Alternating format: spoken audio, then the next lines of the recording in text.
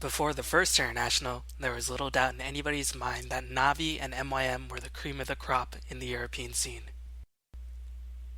MYM was perhaps one of the most known names in competitive Dota history, being captained by none other than Melk, the legendary captain who led MYM to multiple titles. In 2011 alone, they managed to claim first place in the Battle of Masters tournament, the Dare's Finest tournament, the Intel Challenge Super Cup 7, and were now playing in the winners finals of the Farm4Fame Season 3 tournament. Navi, on the other hand, though being a newer roster, still managed to accumulate a number of impressive results. In late 2010, they managed to acquire Dendy as well as Artstyle, and 1 month before the Farm4Fame Grand Finals, they managed to acquire Puppey as well as Light of Heaven in preparation for the first international. In 2011 alone, despite not having Puppey and Light of Heaven for the full duration of the year, they managed to accumulate a number of third-place finishings in the Intel Challenge Super Cup, Asus Winter 2011 edition, as well as the OSPL Spring edition, and managed to claim first place in the Asus Spring Open 2011 edition. With the first international only 1 month away, neither team pulled any punches in this winners brackets finals matchup. As the draft concluded, it was clear that both teams were giving each other a ridiculous amount of respect. Both teams decided to remove some of their opponent's signature heroes, with MYM removing Invoker as well as Omni Knight from Dendy, and Artstyle getting rid of Chen and Enchantress with respect to Melk. MYM decided to go for more of a standard MYM split push lineup, as they decided to snatch up Beastmaster as well as Tinker, one of their favorite combinations. They also had a solid form of initiation in the form of Earthshaker, and had a lot of lockdown with Windrunner Shackle Shot as well as Crystal Main's Frostbite. Meanwhile, Artstyle decided to go for a more endurance-focused lineup, with Alchemist and Broodmother holding the linchpins in survivability. Venomancer as well as Vengeful Spirit were very strong roaming supports, and Ancient Apparition provided a strong global ultimate that helped to reduce MYM's durability in teamfights. As the draft concluded, both teams started picking their heroes. Melk, aka King J, was given control of the Crystal Maiden. Mania was granted control of the Earthshaker, one of his signature heroes. Misery was given Tinker. DVSH, aka Don't Be Shy Homie, aka Playmate, was given control of Windrunner. And AVA, aka Demon, was granted Beastmaster, his signature hero. Meanwhile for Navi, Artstyle gave himself each an apparition. Avost was given Alchemist, Puppey took control of Vengeful Spirit, Light of Heaven was given control of one of his signature heroes, the Broodmother, and Dendy was granted Venomancer.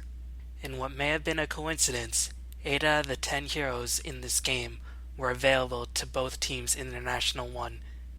It's unclear whether they had been practicing these lineups in preparation for the tournament, or were merely just plain comfortable with these lineups. Right from the start, it was clear that Navi would be the ones to dictate the early game pressure. Since MYM decided to put Beastmaster solo bottom against a Broodmother with an Earthshaker pulling, it was clear that MYM would have weaker lanes in both the top as well as the middle lanes. Navi supports exploited this to very great effect, as they used Smoke Yanks as well as Rune Control to put on as much pressure as possible to both the Tinker as well as the Windrunner.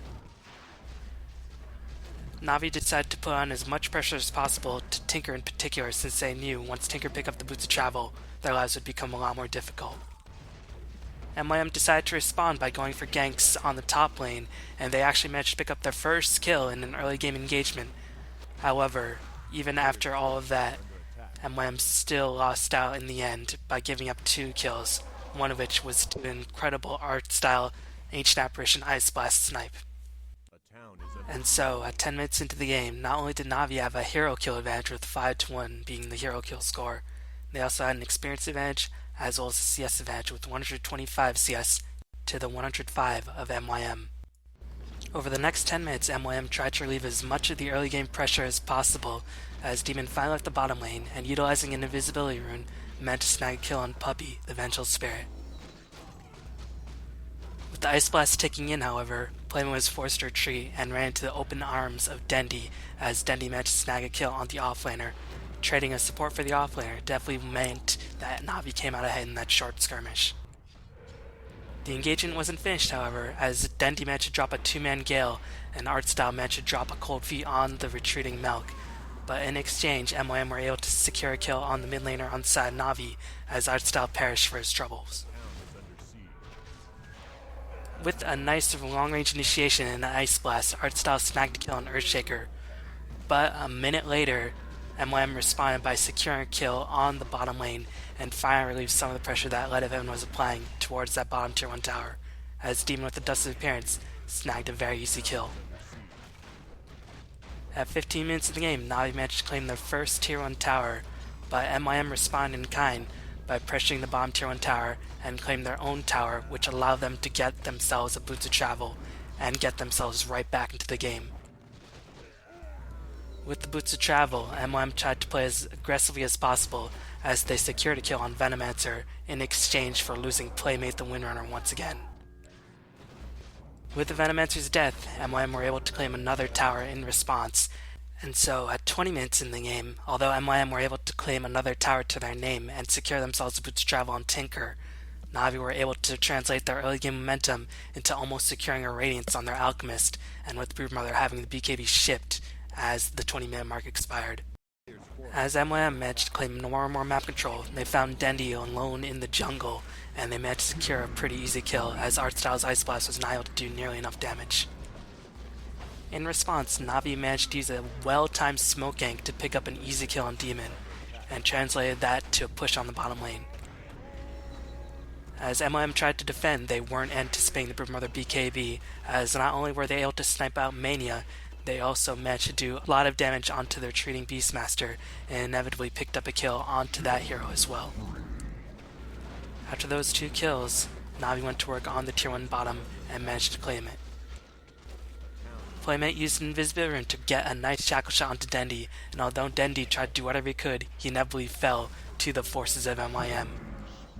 With that kill, MYM were able to pick up a double dagger on both the Beastmaster as well as the Earthshaker, and they managed to chain stun Havost into oblivion.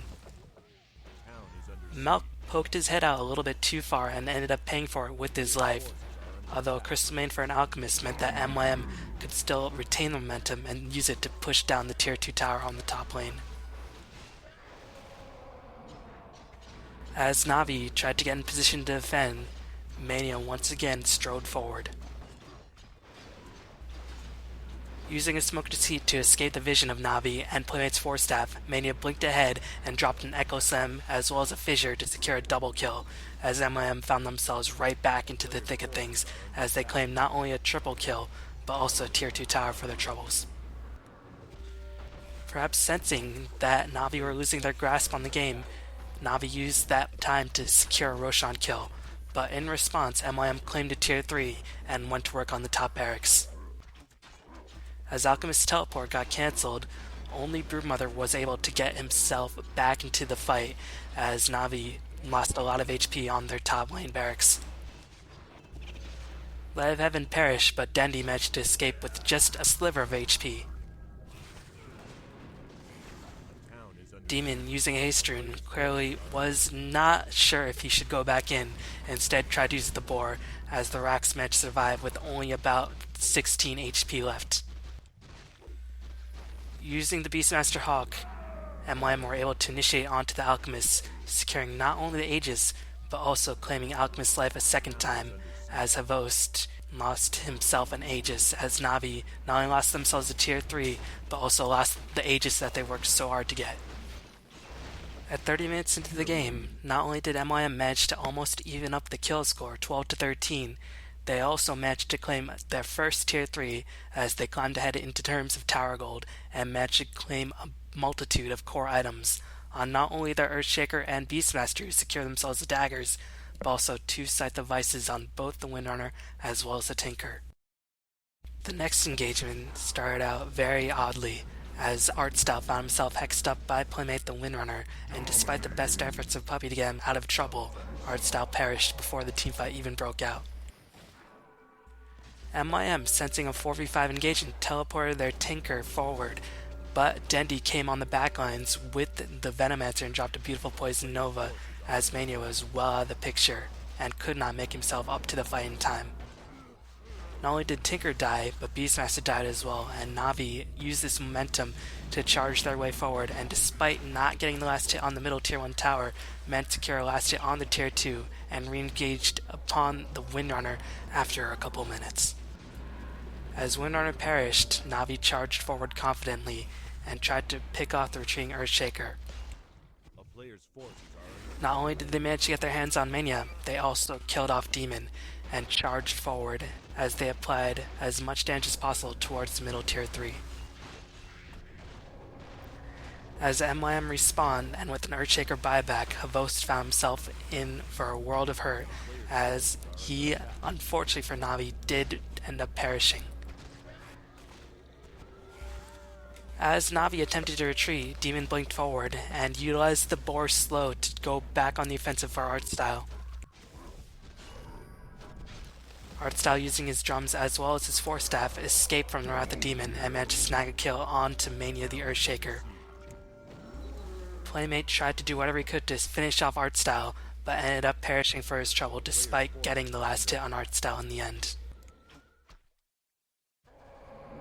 In the end, Navi managed to claim 3 towers, and immediately turned their sights onto Roshan. And with an Aegis in their back pocket, had to have been feeling confident at the direction the game was taking. And so, at 40 minutes into the game, Navi reasserted their kill lead advantage, and managed to slow MYM's item progression to almost a halt. Meanwhile, Havost finished his Assault Cuirass, and Light of Heaven finished his Butterfly, as Denny managed to secure himself a Hooded Defiance. With an Aegis now fortifying their Alchemist, Navi turned their attentions to finishing off the middle lane barracks on the side of MYM. Despite Melk's best efforts, Crystal's Mane could do very little in slowing down the onslaught of aggression towards MYM's middle lane buildings. As the buildings collapsed in a matter of moments, Navi turned their attentions towards finishing off the bottom lane barracks. Meanwhile, on the opposite side of the map, Playmate managed to bring down the top melee barracks in Navi's base. However, this did very little to dissuade Navi, as they brought down the bottom lane barracks in very short order. As Mane initiated to try to dissuade Navi from continuing their onslaught into MYM's base, Navi were able to overcome the immense amount of damage thrown by Mane's Echo Slam as well as Demon's Primal Roar, and managed to bring down the Earthshaker. As Navi turned their attentions towards finishing off the tier 4 towers, and eventually the Tree of Life on the side of MYM, Navi supports decided to drive away MYM supports to the best of their ability. As Havost managed to bring down 1 tower, Artstyle, unfortunately for Navi, ended up falling and had to buy it back to try to continue the onslaught onto MYM's base. The second tier 4 eventually collapsed, but it did cost Havost his Aegis. Still, as Havost respawned, it seemed like defeat was inevitable for MYM, as Navi activated their pipe and clearly made a maneuver to go in to finish the game. However, using their incredible teamwork as well as their incredible mobility, MYM were able to survive a massive onslaught of damage that Navi were throwing their way, and Navi instead turned their attention towards finishing off the Tree of Life. As the tree took more and more damage, Melk charged forward and dropped an almost perfect freezing field, which managed to bring down Broodmother, as well as killing off a multitude of Navi supports. And as Havost found himself chain-stunned by the Primal Roar as well as Tinker's Scythe of Ice, MYM were able to repel the assault by the skin of their teeth. Havost fought back, but eventually was driven away once again. But the damage was done in the end, as a lone Crystal Mane was unable to prevent a massive amount of damage being applied towards the throne, and in the end the Tree of Life survived with only 150 HP. In a curious decision, Navi decided to try to go for the win on the top lane rather than finishing off the Tree of Life in the middle lane, and MYM punished Navi for this decision making by getting a perfect initiation with Mania's Earthshaker, and eventually killed off Havost as well as Artstyle in the initial onslaught. After chain stunning Light of Heaven down with Tinker's Scythe of Ice, they managed to bring down Dendi as well, and they also almost managed to score a team wipe. MYM, because Navi spent so many of their buybacks, were pretty much unhindered as they tried to even up the score by pushing to Navi's base. They managed to bring down 2 towers in very short order and turn their attentions towards finishing off Navi's middle lane barracks. And although a couple of Navi supports managed to revive, they were unable to prevent the collapse of their middle lane barracks, and Artstyle once again found himself slightly out of position as he ended up perishing for his defense.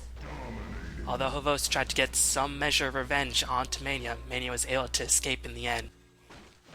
And so, when everything was said and done, at 50 minutes into the game, despite Navi being on the cusp of victory, MYM were able to almost even up the barracks count by claiming the melee top barracks as well as both of the mid lane barracks on the side of Navi.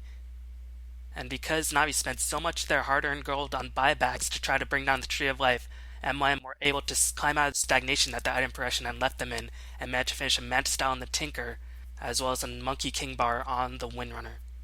Meanwhile, Navi's item progression had slowed to almost a halt. Now that the game was looking a bit more even, Navi realized that they needed the Aegis in order to finally break MYM's back. And although Alchemist managed to retrieve the Aegis of the Immortal, once again MYM were able to capitalize on their initiation prowess to overpower Navi at the Roshan pit. Playmate used his incredible DPS to pick up a multitude of kills, and even though Alchemist was able to escape with the Aegis, it was clear that MYM was still able to win the fight in the end. With an Aegis now, and with their whole team live, Navi once again tried to bulldoze their way down through the top lane, as Vengeful Spirit managed to get a swap initiation off onto the Tinker. Still, with MYM's incredible chain stun prowess, they managed to lock Navi in place, and Navi's decision not to get any BKBs besides on the Broodmother came back to haunt them as they were eventually overrun in this engagement. Mania blinked ahead, but soon regretted his decision to chase after the Venomancer, and Havos respawned with the Aegis of the Immortal, now at full HP, as they finally were able to pick off Mania and went to work on the top lane barracks. Still, MYM were not content to give up the top barracks without a fight, as Beastmaster and Earthshaker both bought back and got themselves right back into the game. Once again, Mania dropped an incredible chain stun, trapping 3 of Navi's heroes in place for a long duration. And with the Tinker Permax back online, Havos soon found that his luck ran out, as not only did he lose the Aegis, he also lost his life in the ensuing pursuit.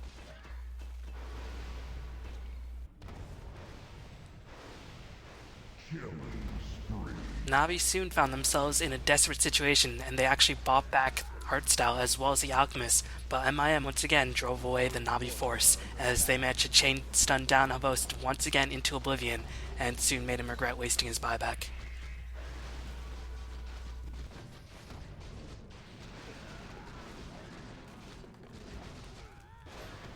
Utilizing this momentum, MYM decided to push in and claim the last of the range barracks, but Dendi managed to blink in and dropped a beautiful Poison Nova ultimate. Although the Ice Blast whiffed, this time Navi were the ones on the offensive, and they finally managed to claim one team fight from the grasp of MYM, managing to bring down both Misery as well as bring down a multitude of other MYM heroes. Although Mania tried to rejoin the fight, unfortunately he did end up paying for it with his life, and this time he no longer had buyback, and as Alchemist respawned after the Tinker buyback, Alchemist was able to secure a kill on Misery, and a lot of MYM's momentum went completely out of the window now that Misery didn't have buyback anymore. For the first time in a long time, Navi actually won a team fight, although this time their tier 4s were taking way too much damage, and they weren't able to translate that momentum into a successful base push.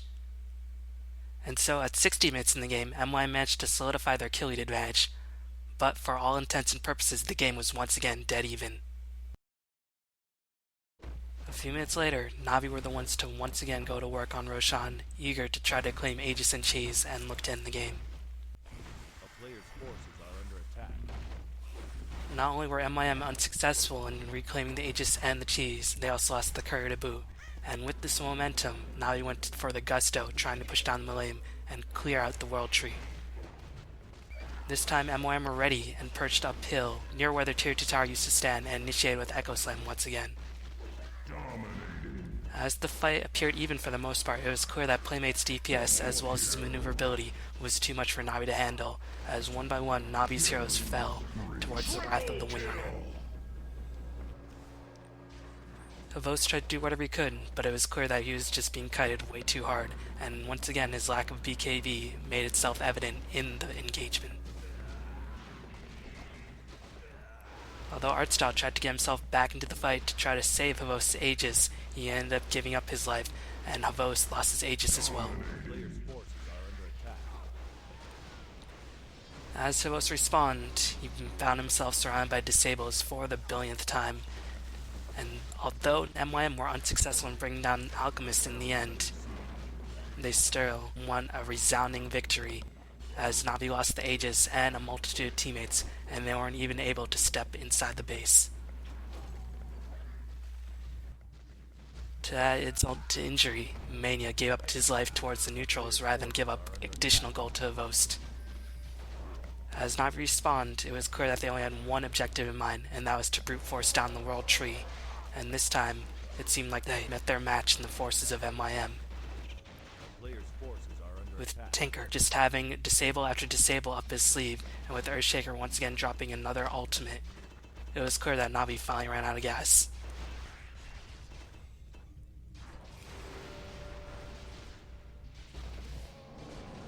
As Navi looked to escape, Tinker teleported up towards the middle lane barracks to claim the last tier 4 and went to work on the Frozen Throne.